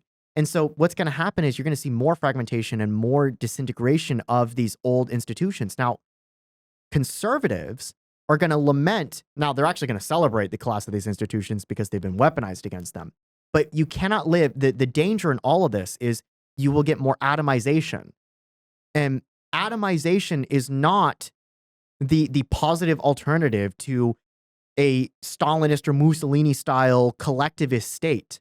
Those are two false binaries. We should be utterly rejecting both of those things. I do not want to live in the state of the mass man, but I also don't want to live in an atomized society where I have no connection to any sort of community. We are not ultimately, this is my critique of libertarianism that I'm constantly getting back to. We're not atomized individuals. We are social creatures. We want family. We want community. We want religion. We want the church. We want we want a communal style of living. And I think that but it has to be voluntary. Our mistake is that we think that those things can be done through state coercion. No. Yeah. Nazi Germany, fascist Italy, and communist Russia and Maoist China attempted those things. And of course we should be utterly rejecting those things. But the solution is not atomization. And I think that's the negative aspect of where we're going, which is we're going to get more atomization and more balkanization. And so I think it's good insofar as the ruling class is kind of losing their grip on power and we're revolting against them. We've begun that process by electing Trump last year. And we've also begun that process by rejecting woke Hollywood, by rejecting ABC and NBC and CBS and the Washington Post and the New York Times. There's also a surge to rebuild things that have been cast aside. So yes, there is this is why people are like returning to like Catholicism and Orthodoxy and high church institutions that have an institutional structure. They're returning to even having larger families or valuing the family homesteading, again. homeschooling. Like these are all things that we on the right, regardless of your flavor of being on the right, libertarian, conservative, in my case, quasi-reactionary, like all of us should be building institutions, and we need to be fortifying those institutions and say, no, these are not neutral institutions. These are right-wing conservative institutions. They have an identity attached to them. They're not up for grabs. Woke leftists are not going to hijack them the way that they hijacked the university system, the way that they hijacked academia, the way that they hijacked the media, the way that they hijacked Hollywood. These are not going to be hijacked. There are institutions. They're not yours to take. If we do that, and that does not require a totalitarian state to do. That's it requires that's the false people binary. it requires people to reject lies and defend the truth. And that's not just in words. We're not just talking about speaking lies or speaking truth to lies. Or like that one, what did she say? We're going to speak lies to the truth. Did you see that with the Democrat going, we're going to continue to speak lies to the truth? That's a bit of a Freudian slip right there. It was great. It was fantastic. It's been very useful. But anyway, it's not just in words, it's in actions. Yeah. It's in what we value as a people. Do we value our families? Do we start to try to rebuild things that have been torn down in our families? Rebuilding masculinity, rebuilding real femininity, and leaning into our roles in society as a family. And then that's going to cause us to lean into our roles in society. So it's like this thing has been unraveled from the outside in. It needs to be built back up from the inside out. And just like I think the reason that I have like moved in the direction that I've moved is because I realized that part of the reason that this has happened is because neutrality is a lie. And we believed that Hollywood should be neutral or that the New York Times should be neutral, and they're not. When you apply a neutral framework, all that you're doing is you're inviting the left to come in and hijack it. And so that's why I say that no, they need to have an identity attached to them. When we rebuild institutions, they need to not be neutral. They need to be conservative. They need to be traditionalist. And look who just showed up at the very end of the podcast. My goodness. So Nick, so now we get to restart it. Okay, yeah. Follow me up. I caught Where part do of we go it. from here, honey? And how quickly I am replaced. There we go. This is hilarious. We were getting into like probably the last 5 minutes. Oh, Role okay. reversal. And then, all right, guys, now we get to start over again. So Nick, there's this book. Have we talked about Rome yet? Actually, I can get you up to speed with one paragraph. Okay. So there was this book that was Yeah. written 30 years ago by a guy who has a really interesting background. I'll go through the background really quick with you. This is so funny. This Are is we like really starting from the beginning? No. No, be quick I'm first. giving him the. Just give him what he needs. This is the TLDR of, Okay. the, Okay. of the end of the podcast because I Okay. kind of want your take on this. So this guy was a college professor in New York, University of Rochester. The last book he wrote in his life before he died of cancer in 1994 was called The Revolt of the Elites and the Betrayal of Democracy. Yeah. And look at his background, though. He has an interesting arc that he has. So Christopher Lasch was always a critic of modern liberalism and a historian of liberalism's discontents. So you get why I'm a Yep. fan. Oh, yeah. But over time, his political perspective evolved dramatically. In the 1960s, he was a neo-Marxist. He was a professor his whole life. Yeah. Right? He was a neo-Marxist and a critic of Cold War liberalism. Beginning in the 1970s, he combined certain aspects of cultural conservatism with the left-wing critique of capitalism and drew on Freud-influenced critical theory to diagnose the ongoing deterioration of what he perceived in American culture and politics. His writings are sometimes denounced by feminists and hailed by conservatives for his apparent defense of a traditional conception of family life. So this guy's all over the Oh my place, isn't gosh. Yeah. Yeah. None of he? this Using makes critical sense. theory to defend the American family against woke Marx. Yeah. Yeah. So he is a populist in the truest sense of the word. He was in many respects economically left wing, but he became like much more culturally conservative over time. And in many respects, like a lot of professors like him that were like old school Marxists in the 60s went in one of two directions. They Yeah. either went down the Thomas Sowell route, Yeah. right? Because Sowell used to be a Marxist. Yeah. Or they doubled down and they became not just old school Marxists, they became cultural Marxists. He rejected cultural Marxism, which is why he turned into the weird type of populist. That is a crazy segue, though. He drew it on Freud-influenced critical theory to diagnose the ongoing deterioration that he perceived in American culture and politics, but that's denounced by feminists and hailed by conservatives. Like, neo-Marxists are typically not denounced by feminists and hailed by conservatives. So, Well, It's in large part because he abandoned Marxism. He moved to the right. yeah, but they yes. don't actually explain. Like, well, in that little paragraph, they don't explain how he did it. All right, so what's the question? So here's the book, and the overarching principle that we were discussing today. Hamilton was on earlier, so Yeah. technically we had 4 people on this podcast at one point. Yeah. Nice. Here's the overarching argument. It's right here. Globalization, according to the historian, has turned elites into tourists in their own countries. The denationalization of society tends to produce a class who see themselves as, quote, world citizens, but without accepting any of the obligations that citizenship in a polity normally implies. Their ties to an international culture of work, leisure, information make many of them deeply indifferent to the prospect of national decline. Instead of financing public services in the public treasury, new elites are investing their money in improving their voluntary ghettos, private schools in their residential neighborhoods, private police, garbage collection systems. They have, quote, withdrawn from common life. Now, we talked briefly about his critique of Yeah. private schools. But the broader argument, though, which is not, oh, I hate Is that private they're schools. insulating themselves from The broader the argument is rest that of the managerial society. class, which he's the Yeah. term that he uses, he is not the one that coins it, but the term that he uses, the managerial class have become disconnected from society. And unlike the old elites of 100 years ago, the Vanderbilts and stuff Yeah. like that would build libraries and hospitals Yeah. and schools, Theaters and yeah. they're just focused on their own self-interest. They don't care about anybody else. They have no connection to tradition or any sort of common community at all. Yeah. And they just care about themselves. In fact, they actually hate the very societies and countries and cultures that they now are in charge of running. Well, Well, I it's think interesting because when you look at some of that and you go, oh, all self-interest and everything else, and when you call them out on that, they'll turn around and be like, well, you guys have Elon Musk.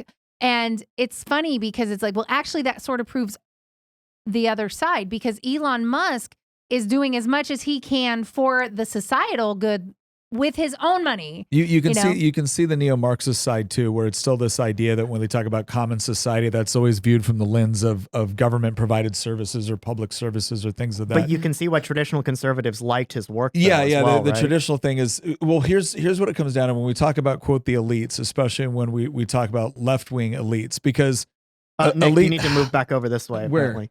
Where am No, I going? towards me. Gosh, you told me that. Try to sit All her right. up on the camera there. I thought I was. Anyway, so when anyways, elite as a term is just supposed to be the peak of a particular field or whatever it might be, but it's taken on a different social meaning as well. And we tend to associate with people that have achieved a certain level of success and influence within society as a whole. What I like about what he said, and again, the globalization part, I still struggle with a little bit because I think it's more than that. But according to the historian, has turned elites into tourists in their own country. I think that's absolutely true. The denationalization of society tends to produce a class who is themselves as world citizens without accepting any obligation that citizenship and equality normally implies. I think that also is a very good point. I think the best way that I could describe it is I feel more and more like left-wing elites. And the reason why I say left-wing is not because I don't believe that there could be problems with right-wing elitism, but left-wing elites almost tend to view the rest of society like they're wearing a lab coat and we're all just a petri dish. And so it's this idea of them going into a lab and observing these interesting creatures and the way they behave and how should we, and of course we don't want we want the creatures to be taken care of. And how do we discuss how you and I as elites who are separate from this system are going to discuss how we keep the creatures alive and potentially create an environment where they can flourish. What rules do we need to give to these creatures? What rules do they need? Because clearly they're not capable of attaining the same level of social, economic, political standing as we are. And really it's more than that. It's more of like this enlightened sense of this postmodern view of society. And since they'll probably never be able to attain that, then the real question becomes, which ones do we give bread and circuses to? And which ones do we eliminate? And I really do feel as if they have this kind of separation from the rest of us. And he's right in the sense that one of the ways that you achieve that separation is you create kind of your own society which insulates you from the rest of it. But I think it has to be tied back to this idea that you're observing something that you believe to be at the very least morally inferior to yourself, most likely intellectually inferior to yourself. And so it's almost this strange postmodernist version of the white man's burden. Yeah, it is. Where it's the elite's burden to run society because these people are never going to be able to do it themselves. Well, we discussed throughout the course of this podcast how he was on he was watching what was to come. And we are viewing this after it's happened and also after it's come crashing down. Yeah. The revolt of the elites is completed at this point. And so now you've got regular people rising back up and going, okay, how do we rebuild this? Like all of the institutions that the left relied on for so long, they are all crumbling. And now we're in this unique position to rebuild. And so we're in this segment of our outline of now what? Like, what do we do now? And so Christian was just sort of wrapping that up when you walked in, but if you wanted to chime in. Yeah, I mean, so what do we do now, Nick? So Guide us. The way that we were originally going to do this podcast was Tina and I've read the book twice, and I loved reading it the second time because I actually took a ton of notes. Tina listened to the audiobook, a good chunk of it. The parts that I told her were the most important. And we were gonna basically review elements, not the whole book, but elements of the book and bounce the ideas off of you and be like, okay, well, we disagree with when he's criticizing capitalism, but we can not just appreciate, like I had notes in here of like direct quotes from him that like some of this stuff is incredibly profound when you think about what's happened over the last decade, let alone last 30 years. Like where he's talking about the emphasis on identity politics replacing religion on the left. He literally claims that in the book. He's like, identity politics has become a replacement for religion on the left. And he's talking about how diversity... But back then it was PC. Yeah, diversity has now become the opposite of what it used to mean. Yeah. Is like he's getting at some of these things, and it's like, it's obvious to me that he's definitely not a cultural Marxist, but he's also no longer an old school Marxist. What he is he's a populist is the best way that I can describe it, which means that sometimes I disagree with him on the economics, but I can understand where he's getting at in the sense that we have this credentialed class of experts that make up the left now, and they're totally different than the old coalition of the left 100 years ago. The left's coalition 100 years ago were union workers and factories, and can I say and now this? they're blue-haired academics that use pronouns. I'm seeing more people on the right getting very, very comfortable with this idea that, well, yeah, we don't like socialism and communism, but we also don't like extreme capitalism. And then you take typically ask them to define what capitalism is, and they don't define capitalism; they define cronyism. Yeah. The issue that I see here, though, looks everybody that has listened to me for more than 5 seconds knows what an avid free market guy I am. The thing that I think people are recognizing, though, and this is what I would call a deficiency within maybe the Ayn Rand view, or even maybe some of the Rothbardian view of libertarian The civilization. anarcho-capitalist view. Yeah. Capitalism can only really flourish, free markets can only really flourish in a society which possesses a couple of things. One of those things is kind of a shared commitment to objective truth and objective morality. Yeah. Because things like contract, like private property rights, and whenever you get into those, you're invoking morality. And so there has to be some sort of common shared viewpoint for where this morality comes from. It can't just be because I say so. We have to both agree that violating the contract is immoral. Yes. And then the other side of it is this concept of high trust societies. That's where capitalism truly flourishes, is when we don't need authoritarian structures that are constantly monitoring our behaviors and our activities. You may need some sort of structure to enforce law, right? For the people that don't value private property rights and therefore believe they should be able to steal from you. But ultimately, it's that sort of high trust society where you have a shared commitment to a particular moral framework that facilitates free market activities.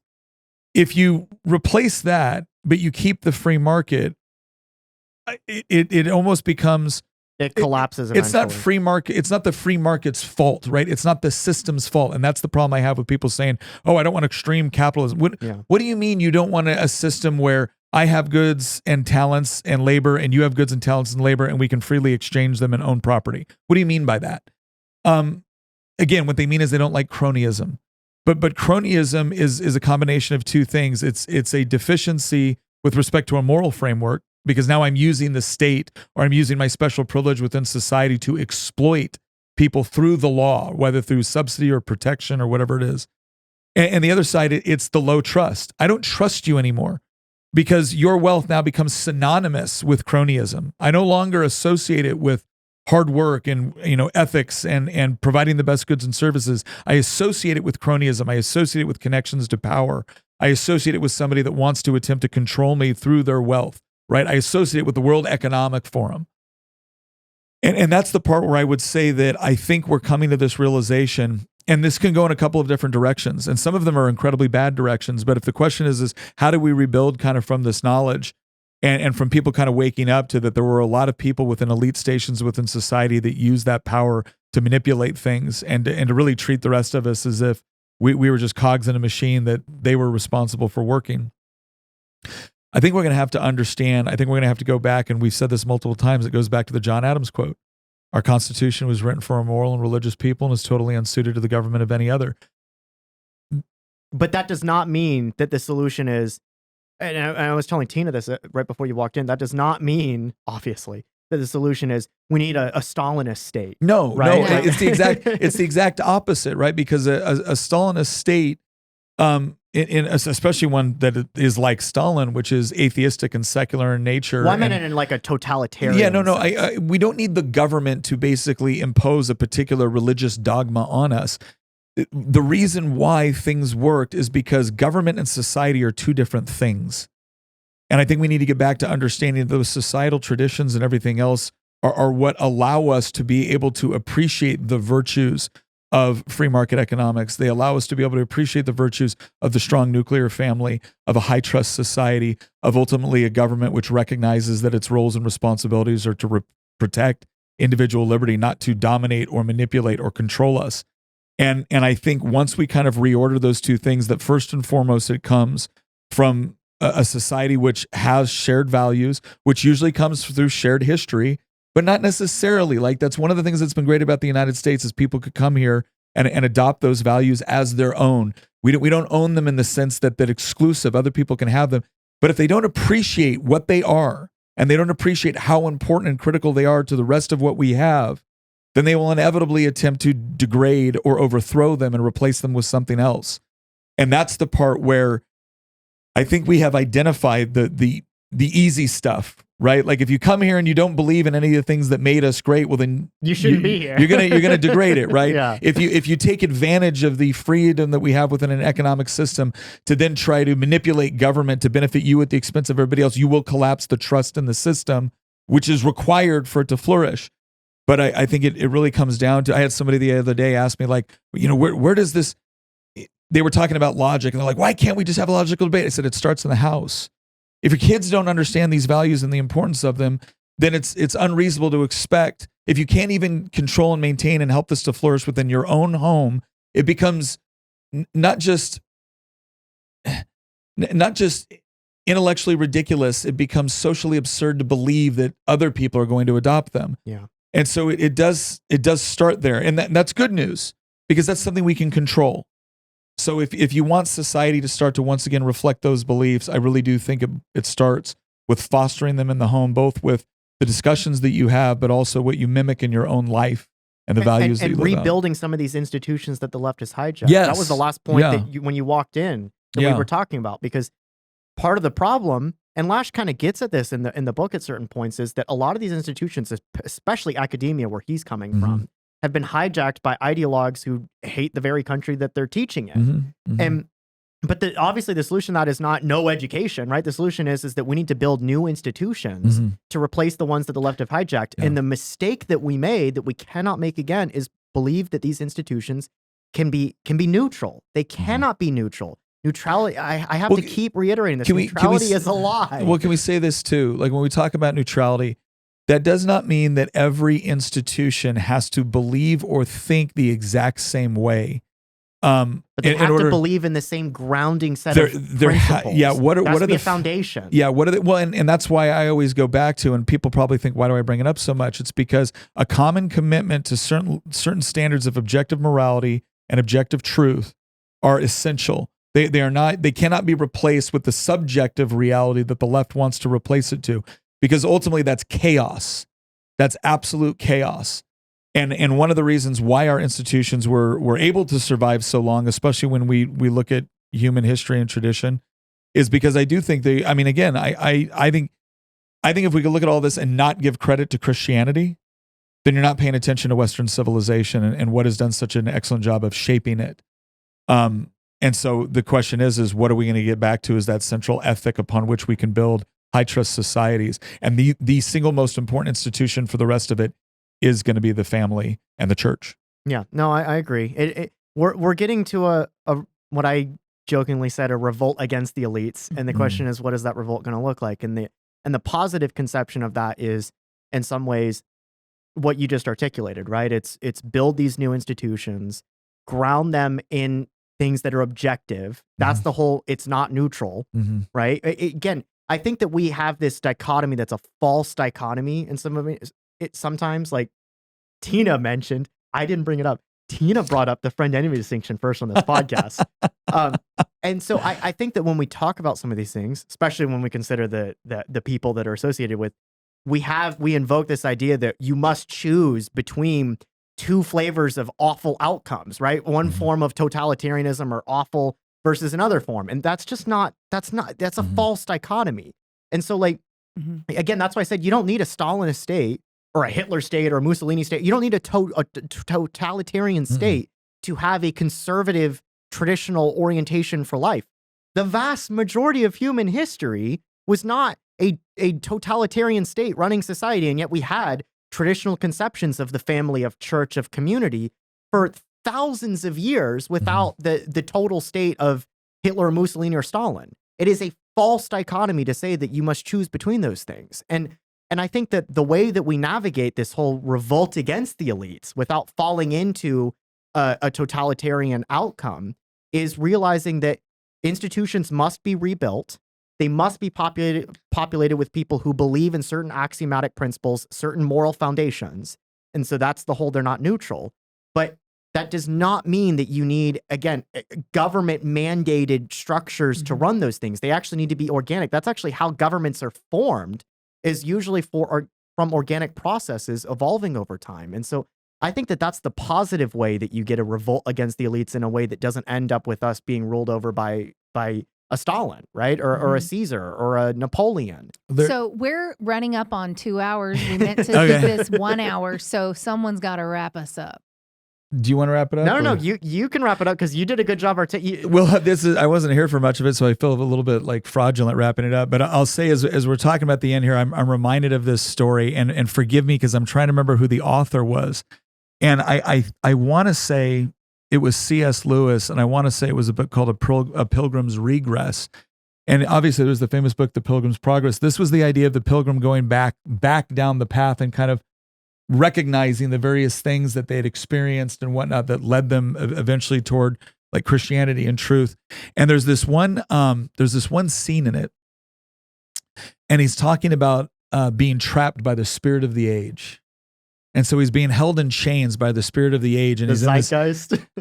he's being held, and there's this dungeon, right? And the jailer comes in to provide him his breakfast, and he comments about the deliciousness of the milk. And the jailer looks at him and he goes, "You fool! You talk about the deliciousness of the milk. It's nothing more than the secretion of a cow. Urine is the secretion of the cow." And he doesn't know how to respond. And then he comments about the goodness of the eggs. And you can imagine what the jailer describes as what the egg really is. And you call it this, and society calls it this, but it's really nothing more. It's really nothing more than fecal matter coming from a chicken. It originates from the same place. And he's talking all this, and he's sitting there, and he's confused because he feels as if it's obviously wrong, but he doesn't know how to respond to it. And then he says, "And then truth arrives on a horse and carries me away," and looks back at the jailer and says, "You lie, sir, because you do not know what nature has meant for nourishment versus what nature has meant for refuse." And the reason why I've always found that powerful is it's because I do feel like we've been living in this spirit of the age where we've been constantly told that which is obviously good is wrong, and that which is obviously perverse is somehow noble. And at times when it's so blatant and it's so contrary to obvious experience, we don't know how to formulate the argument because we've never had to think of it before because it was so obvious. And it reminds me ultimately of the scripture which says, woe to them who call good evil and evil good. But the way that you combat that is, once again, insisting upon the good. And the thing that I am encouraged by is I do feel like we have more and more people now boldly insisting upon the good, and we still have a lot of work to do. But that work always starts with, first and foremost, in having the courage to stand up to the spirit of the age. That's a great way to end it. Well, once again, thank you for thank you for joining them and me in the last 10 minutes of this. But and I want to thank Tina and Chris. Did you tell them why I couldn't be here? Yes, I did. Okay, all righty. The chat did want to know whether or not everyone was safe. Yeah, everyone's safe, and law enforcement is dealing with it. I kept trying to call people back that were trying to scam us because we thought they were, the way that they asked the questions and what they were asking us to do led us to believe that they might be trying to come to our home. And so I wanted to go home and just make sure everything was safe. And the number has now been disconnected. It was a shame. I wanted to call them up while we were live and maybe, but anyways, once again, thank you very much for joining us. Thank you for, again, spending some time with us. And thank you especially to Tina, Christian, and Hamilton for filling in. We'll see you next episode.